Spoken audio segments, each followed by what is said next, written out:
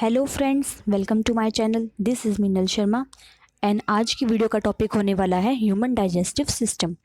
इस वीडियो में हम स्टडी करेंगे कि ह्यूमन डाइजेस्टिव सिस्टम में कौन से एंजाइम्स इन्वॉल्व हैं, कौन से ऑर्गन्स इन्वॉल्व हैं, उनका क्या रोल रहता है।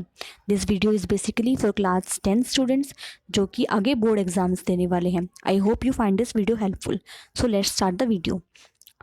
Here is the diagram for human alimentary canal, जहाँ पे मैंने माउथ यानी कि buccal cavity, tongue, oesophagus, diaphragm, bile duct, liver, stomach, gall bladder, pancreas, small intestine, large intestine, appendix and anus, ये सब कुछ लेबल किया है। अब वन बाय वन हम इन सब के फंक्शन स्टडी करेंगे। The first one is mouth, which is basic pH. The mouth consists of saliva, teeth and tongue. The saliva have two roles. First, it consists of the enzyme salivary amylase, which converts starch into simple sugars. Second, it help in easy movement of food. The next is teeth. As you know, teeth help in cutting of food. That is, it help in proper grinding and breakdown of large food particles into simple ones. The next one is tongue, and the function of tongue is proper mixing of food particles with saliva. The next one is esophagus. Esophagus connects mouth to stomach, also called food pipe. The lining of esophagus has muscles that contract rhythmically in order to push the food forward, and this movement is called as peristaltic movement, and this phenomena is called as peristalsis. And this is very important as it is asked in the exams every time. What is peristalsis? So you should take care of this definition. These peristaltic movements occur all along the gut and it brings food into the stomach.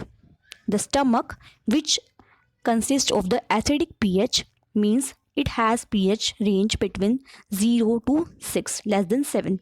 So it is a large organ and it expands when food enters it. It consists of two parts. One is the muscular wall and the other is the digestive glands. Muscular wall mix food thoroughly with more digestive juices. And what do the digestive glands work? They produce three things. First is the hydrochloric acid, second is pepsin, and the third one is mucus. The hydrochloric acid provides acidic medium for functioning of pepsin, as pepsin act in acidic media. Pepsin acts on proteins and it breaks down the big protein molecules into peptides. What does mucus do? Mucus protects the wall of stomach against acid, which is HCl. HCl is secreted for pepsin to work, but it also damages the wall of stomach.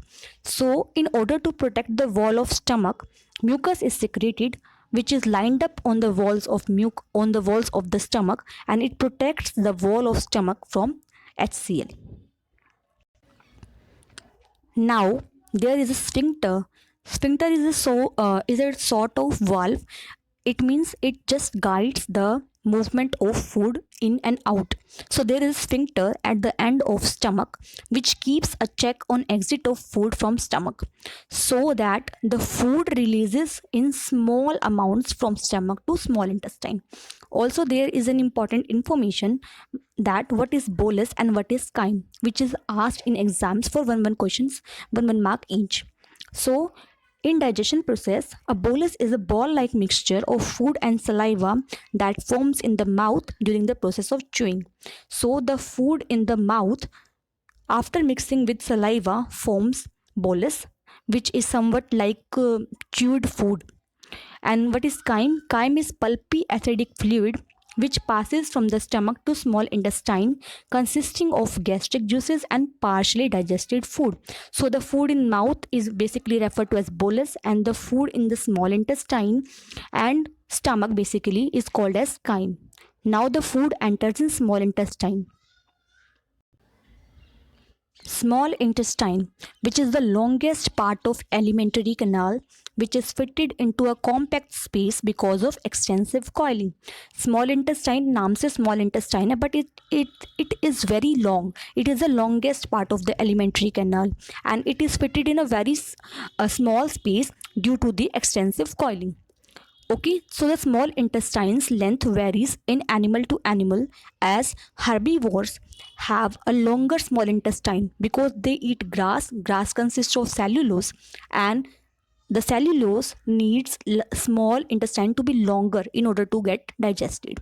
And carnivore animals like tigers, which eat meat, and meat is easier to digest as compared to cellulose. So the carnivore animals have a shorter small intestine.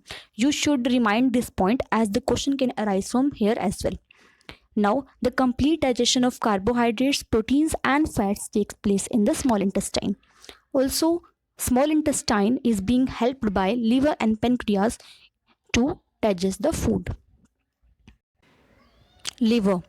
Liver produce two things. One is bile salts and the other one is bile juice. You should remember these points. Very important points are these, because the question arises separately as well. What is the role of liver and what is the role of pancreas? So bile salts break large fat globules into smaller ones. They help in emulsification of fat.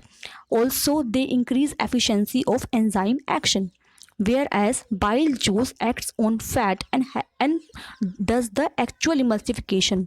Bile salt does not help in digestion. They just break down the small large molecules into smaller one, while bile juice acts on fat and help in emulsification of fat.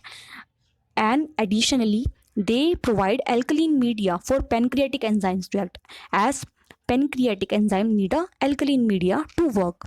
Pancreas secretes pancreatic juice, which contains enzymes like trypsin, which help in protein digestion, and lipase, which break down emulsified fat. Next one,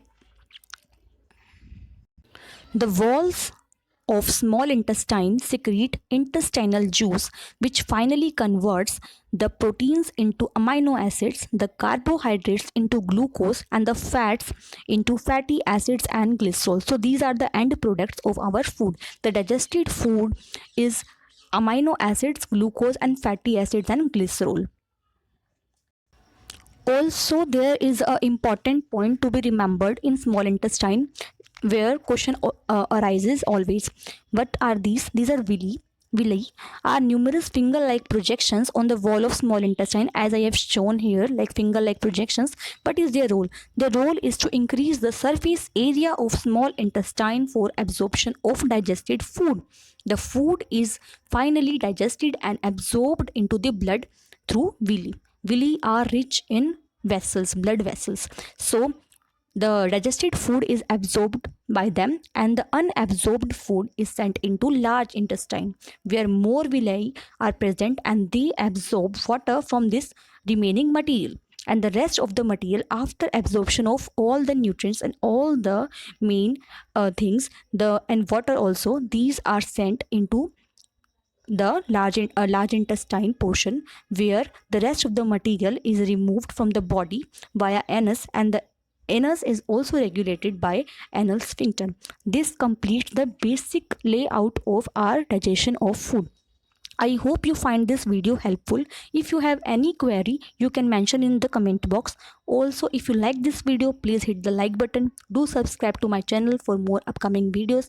And I wish all the best for all the students who are going to appear in their board examinations. Thank you guys for watching this video.